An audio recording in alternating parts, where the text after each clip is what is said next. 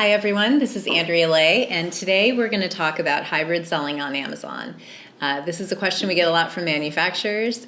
Is hybrid selling right for me? What should I consider? What are the benefits and what are the drawbacks?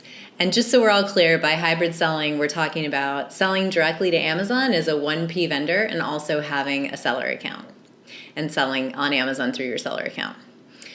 So there are a lot of myths that are out there about hybrid selling, and a few of them are that you can sell your crap through your seller account.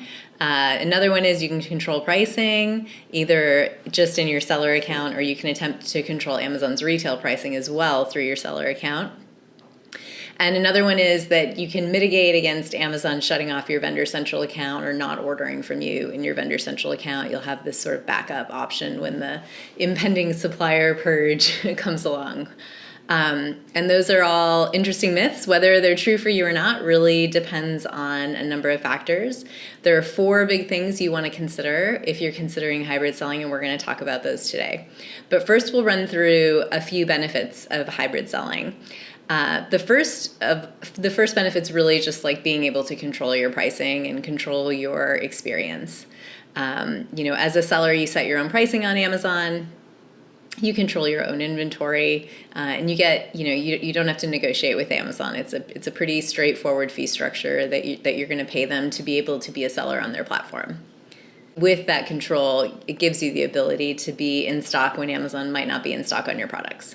The second benefit of hybrid selling is having some superior data to work with, because you're able to track your glance view data, your traffic data, your conversion data, which is data Amazon doesn't give you in absolute numbers in Vendor Central. But lastly, and most importantly, and we'll come back to this at the end, it gives you a direct relationship with your customers. So 4 things to consider if you're thinking about being a hybrid seller on Amazon. The first is really taking a look at the profile of your products. Are these products going to be profitable in like a fulfilled by Amazon model or a merchant filled model, or not? And are these products going to be successful? And really we're thinking about kind of that first myth around I can sell my crap in my seller account.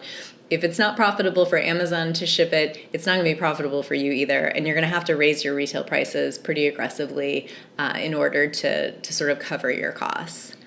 Typically kind of small and light and high selling price products have the highest margin for you in Fulfilled by Amazon. So really taking a look at those products and understanding how that would fit into your whole assortment strategy on Amazon.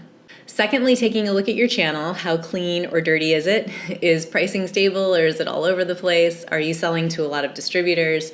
Are there other ways for Amazon to get the product in their retail channel? Because you may go ahead and attempt to move your business mainly to a third-party seller account, only to find out that Amazon has multiple sources for your product and they're going to continue buying it in retail. You're going to have a hard time winning the buy box. Or maybe there's a lot of other sellers out there already because you don't have a super tight distribution.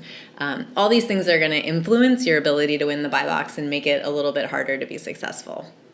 Third, we're going to want to take a look at the execution cost. So, a lot of benefits to hybrid selling, but it's a lot more work. You really have another account that you're managing.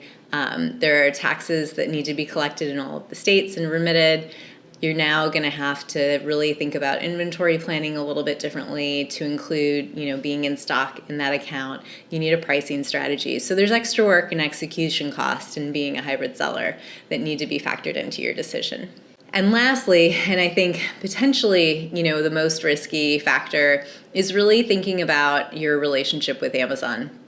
So Amazon's official policy on hybrid selling is stated in their Standards for Brand Selling in the Amazon Store, or formerly known as the Manufacturer on Amazon Policy, or MOA.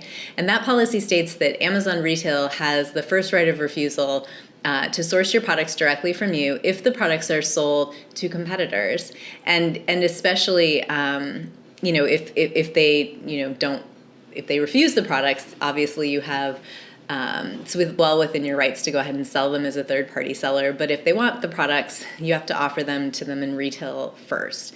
Now, obviously, there are a lot of exceptions to this policy. We work with a great number of manufacturers who are experiencing exceptions to this policy, but Amazon has this policy in place because they don't want all manufacturers to move their whole business to their seller accounts. They need to retain some control over pricing and inventory. And there could be a risk to your relationship with Amazon by going ahead with this strategy. Now, if you're looking at selling crapped out items at higher price points and you just need to be in stock on new item launches, and you're really kind of looking at it as a supplemental or supporting part of your business, Amazon's more likely to either turn a blind eye or offer you an exception, or in some cases even partner with you to help you get it set up.